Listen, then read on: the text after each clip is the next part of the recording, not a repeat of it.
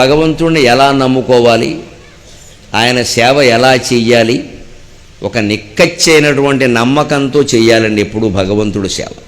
మనం సాధారణంగా ఊళ్ళోకి వచ్చి దండాలు పెట్టుకోవడం, ప్రదక్షిణాలు చేయడం, వ్రతాలు చేయడం ఎలా ఉంటుంది అంటే ఇటు చేస్తూ ఉంటాం, అటు చూస్తూ ఉంటాం, ఇటు చేస్తూ ఉంటాం, అటు చూస్తూ ఉంటాం, ఫలితం కోసం.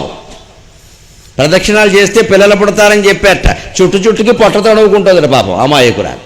అలాగే ఉంటుంది మన పరిస్థితి. ఎవరు పిల్లలు లేరని బాధపడుతుంటే ఎవరో చెప్పారు ప్రదక్షిణాలు చేయవమ్మా పిల్లలు పుడతారంటే చుట్టుకి పొట్ట తడువుకోవడమే అలా వచ్చేస్తుందా? మన ఆలోచన ఇలాగే ఉంటుంది. అంటే మనకి దేవుడు కూడా ఎలా ఉండాలి, ఏదో ఆన్లైన్లో ఏదైనా వస్తువు కొనగానే అమెజాన్ కొరియర్లో ఇంటికి వచ్చినట్టు వచ్చేయాలి ఫలితం. ఇక్కడ ఆన్లైన్లో నేను నొక్కావు వెంటనే అమెజాన్ వాడు పట్టుకొచ్చాడు. మరి దేవుడు అంటే అమెజానా? నీకు అలా వచ్చేస్తుంది. అది తీరే వరకు ఆగాలి కదా. ఈలోపు మనం ఎన్ని ప్రదక్షిణాలు చేస్తున్నా, ఎన్ని అర్చనలు చేస్తున్నా, ఎంత భక్తిగా ప్రార్థనలు చేస్తున్నా వచ్చే కష్టాలు వస్తూ ఉంటాయండి. దేవుడు గుళ్ళో కడుతున్నాం, 10 రోజులుగా పెడుతున్నాం, అయినా కష్టాలు. దేవుడు టైం బౌండ్ ప్రోగ్రామ్ కాదు. దేవుడు అటువంటి వాగ్దానాలు చేయడు. ఎందుకంటే మన కర్మఫలాలు వేరుగా ఉంటాయి. అవి మనం అనుభవించాల్సి ఉన్నప్పుడు దేవుడు కూడా ఏం చెయ్యలేడు. అందుకే కాస్త ఓపిక పట్టాలి. దేవుడు కూడా ఏం చెయ్యలేడు అనడానికి ఉదాహరణ ఏమిటో తెలుసా? రామచంద్రమూర్తి లాంటి వాడు కడుపున పుట్టినా కానీ దశరథుడికి దుఃఖాలు తప్పాయండి. ఆయన కర్మ ఆయన అనుభవించాడా లేదా? ఎందుకని? శ్రవణ కుమారుణ్ణి చంపిన ఫలం. శ్రవణ కుమారుణ్ణి చంపిన ఫలం. మన గుళ్ళోకి ఏదో దర్శనం చేస్తే చాలు, నదిలో మునిగితే చాలు, దీపం పెడితే చాలు పాపాలు పోతాయని మనం అనుకుంటున్నాం కదా. దశరథ మహారాజుకి తెలియదా నదిలో మునగాలని, దీపాలు పెట్టాలని? రామచంద్రమూర్తి స్వయంగా కడుపున పుట్టినా సరే ఆయన అంతకుముందు శ్రవణ కుమారుణ్ణి చంపిన ఫలం ఆయన్ని కట్టి కుడిపిందా లేదా? పుత్రవియోగంతో పోతావని శ్రవణ కుమారుడు తండ్రి శపించాడు. నా కొడుకును నువ్వు చంపావు అన్యాయంగాను, అలాగే నువ్వు కూడా పుత్రవియోగంతో పోతావు. పోయాడా లేదా? భగవంతుడు తండ్రికి కర్మఫలం తప్పలేదండి. పోనీ భగవంతుడి భార్యలు 16,000 మంది ఆయన భార్యలే కదండి. అష్టపత్రులు కూడా ఉన్నారు కదండి శ్రీకృష్ణుడి భార్యల్లో. చివర శ్రీకృష్ణుడు నిర్యాణం చెందిన తర్వాత వాళ్ళందరినీ తీసుకుని అర్జునుడు హస్తినాపురానికి వెడుతుంటే 25 మంది బోయేవాళ్ళు ఎదురై అర్జునుడిని చెట్టుకు గట్టి చెతగొట్టి బారేశారు. ఏమీ చేయలేకపోయాడు అర్జునుడు. ఇక ఈ ఆడవాళ్ళ ఆభరణాలు, వస్త్రాలు అన్నీ దోచుకున్నారు. ఇంకా నయం ముసలాళ్ళు కాబట్టి అంతలతో వదిలేశారు.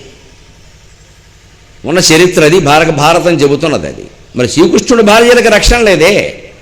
వాళ్ళు కూడా వాళ్ళ కర్మఫలం అనుభవించారు. ఎందుకంటే పూర్వజన్మలో వాళ్ళు అప్సరసలు. ఒక లక్ష్మీదేవి రుక్మిణిగా పుట్టింది ఆవిడ తప్పితే మిగిలిన వాళ్ళు అప్సరసలు. వాళ్ళు అష్టావక్ర మహర్షిని ఆక్షేపించారు. ఆయన శపించాడు మీరు అవమానింపబడతారని. శ్రీకృష్ణుడికి భార్యలు అవుతారనే వరం ఇచ్చింది ఆయనే. ఆయన గౌరవించడం వల్ల అవమానించగానే శపించాడు. గౌరవానికి వరం వచ్చింది, అవమానానికి శాపం వచ్చింది. ఆయన ఏం చేస్తాడు? అందుకని శ్రీకృష్ణుడి భార్యలే స్వయంగా అవమానాలకు గురయ్యారండి. రాముడు తండ్రి బాధపడక తప్పలా, శ్రీకృష్ణుడు భార్యలు బాధపడక తప్పలా. శ్రీకృష్ణుడు పుట్టగానే చెరసాల నుంచి వెళ్ళి రేపల్లోకి వెళ్ళిపోయాడు. వసుదేవుడు వెళ్ళాడుగా, మనకు తెలుసుగా, బుట్టలో తీసుకుని వెళ్ళాడుగా. నాకు అర్థం కాదు ఎప్పటికీ భాగవతం. వెళ్ళేటప్పుడు వాళ్ళ అమ్మను కూడా తీసుకుపోవచ్చుగా, టికెట్కి డబ్బులు లేవా? వసుదేవుడు వెళ్ళాడు కదండి. వసుదేవుడు వెనకాల దేవకీదేవిని కూడా తీసుకుపోవచ్చుగా. తలుపులు తెరుచుకున్నాయి, తాళాలు పగిలిపోయాయి అని చెబుతున్నారు కదా. మరి అవన్నీ పగిలిపోయినా ఆవిడ వెళ్ళకూడదండి. ఆవిడ వెళ్ళలేదు, ఆయన తీసుకెళ్ళలేదు. నన్ను తీసుకెళ్లి రేపాలలో అప్పగించమని శ్రీ మహావిష్ణువుగా వసుదేవుడికి చెప్పాడు కదా. నువ్వు అమ్మ అక్కడికి వచ్చేసేయండి అని చెప్పలేదే. ఎందుకు చెప్పలేదు అనుకుంటున్నారు? ఈ దేవకీదేవి ఇంకా 6 ఏళ్లు చెరసాల స్థితి అనుభవించి తీరాల్సింది. ఆవిడ పూర్వజన్మలో అదితిగా ఉండగా దితి గర్భాన్ని ఛేదించే ప్రయత్నం చేసింది. అక్కడ 6 పిల్లలు అన్యాయంగా చనిపోయారు. 7వ వాడిని సంకర్షణం చేశారు. అంతే లెక్క 6 వేట్లు వేస్తే 7 ముక్కలైంది ఆ శిశువు. సప్తమరుత్తులుగా అయింది. అంచేత ఈవిడికి కూడా సరిగ్గా 7 దుఃఖం ఆవిడ అనుభవించింది. 6 స్వయంగా కర్ణుడు చంపాడు. 7వ వాడిని తీసుకెళ్లి రోహిణి గర్భంలో బారేశారు. మరి చేసిన కర్మ అనుభవించడం భగవంతుడు తండ్రికి తప్పలేదు, భగవంతుడు తల్లికి తప్పలేదు, భగవంతుడు పిల్లలకి తప్పలేదు. మనకి తప్పిపోతుంది ఏమండి? మనం ఆయనకి మేనత్త కొడుకులం కదా. మరి